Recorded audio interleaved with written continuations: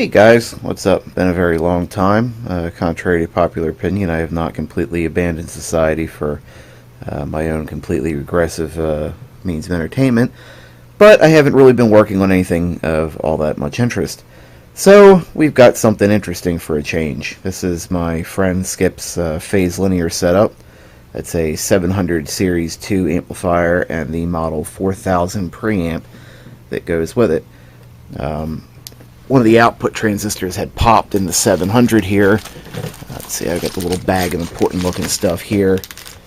None of it's interesting. That's the output transistor that is shorted. Here's the other parts that I replaced. A couple small capacitors, some out of value resistors. Nothing all that interesting. But when it came here, it was blowing the rail fuse. That was the shorted transistor.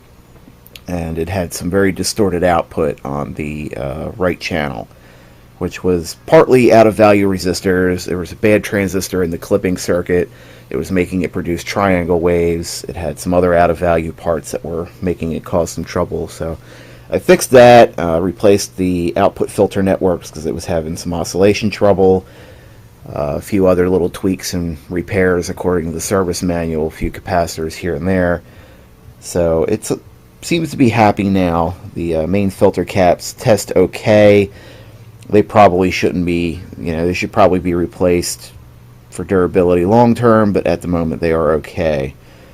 The Model 4000 actually didn't come here for repair. It was, take the whole setup, that way it all works together.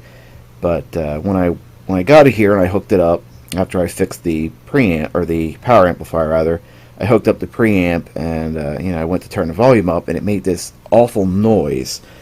Well, it turns out the Model 4000 is known for broken solder joint problems.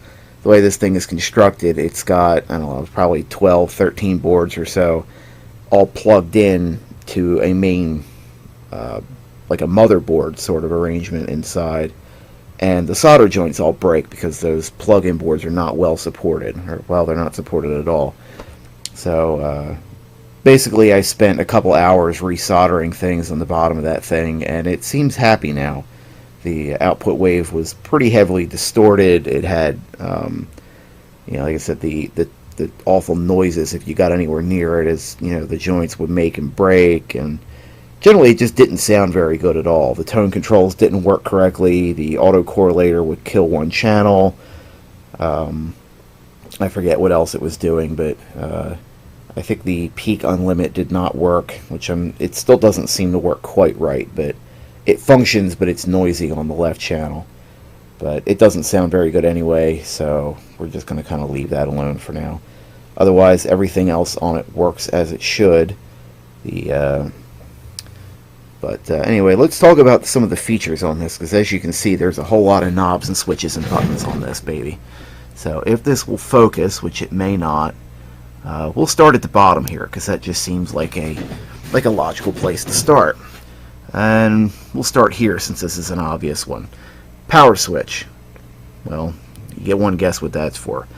These three are the tone control switches. This is to bypass the tone controls. It's a tone control flat or enable switch. This is the bass and treble turnover frequency. Up is 8 kilohertz, down is 2.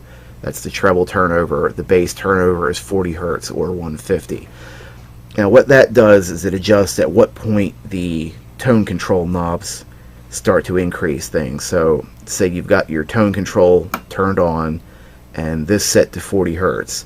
If you turn the bass controls up, which are here and here, this is left and right, or left and right, it will increase signal below 40 hertz only when this switch is in this position. If it's in this position, it will start boosting at 150.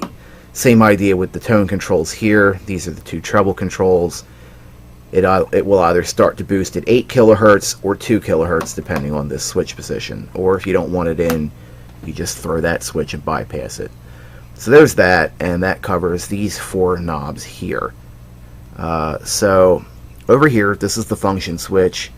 Phono 1, Phono 2, aux tuner, tape. Pretty simple what that does. This is the tape to copy or source.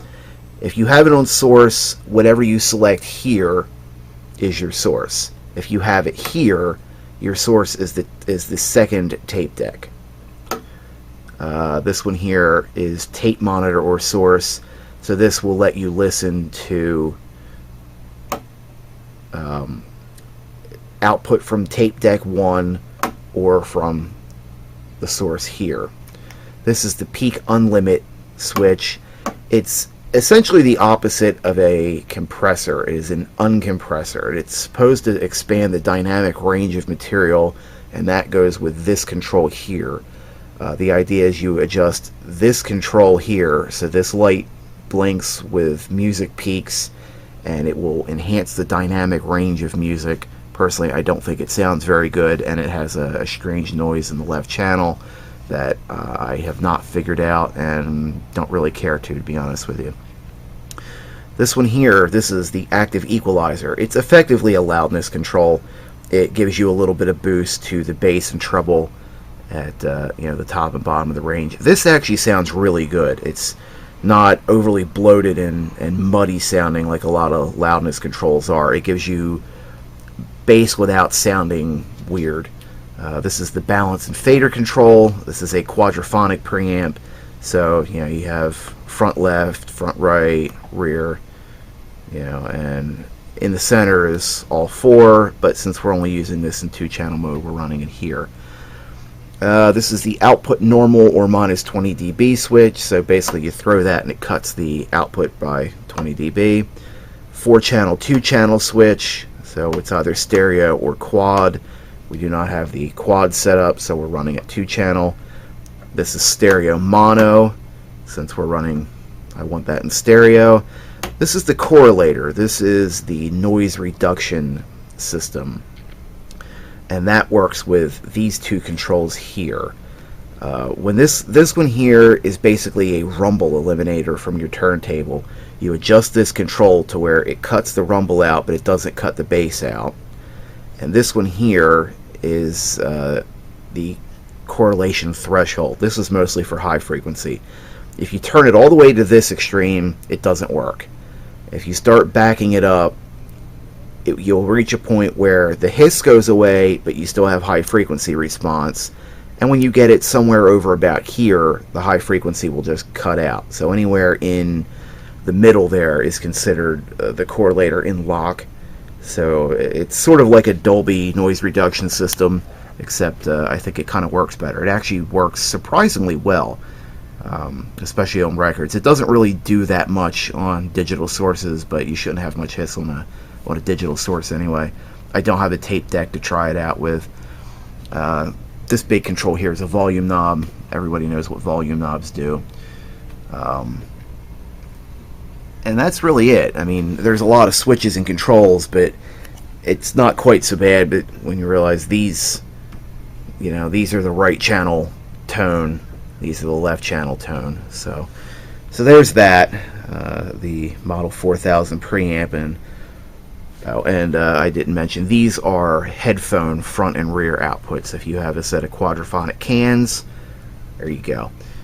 So yeah, these are not supposed to be cut. These should have handles like this, and these were not rack mounted originally.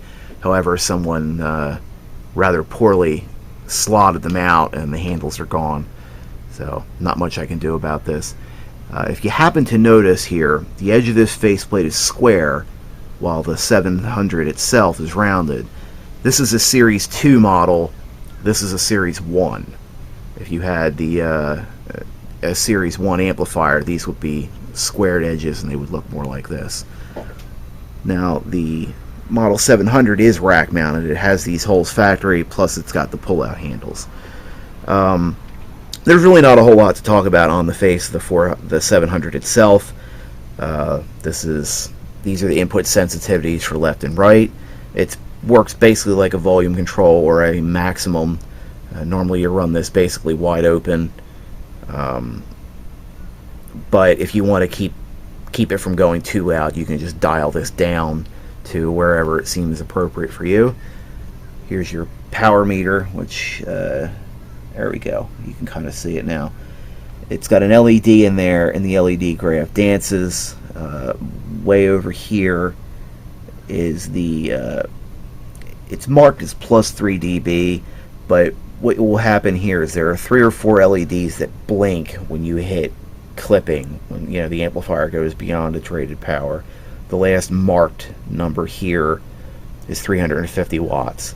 This thing, by the manual, will deliver 360 watts per channel into an 8 ohm load, and it does do that. I've actually measured this at about 420, so it definitely meets its spec. Nameplate, model 700 series 2, audio standard amplifier, your big control options, power switch, and a minus 20 dB switch. Now what this does is for the meter.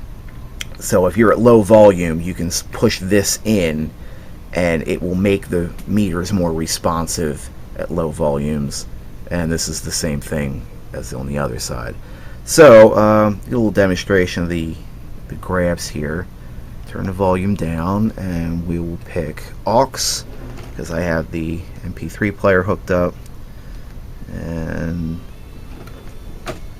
hopefully I can get away with this without copyright trouble. Output normal.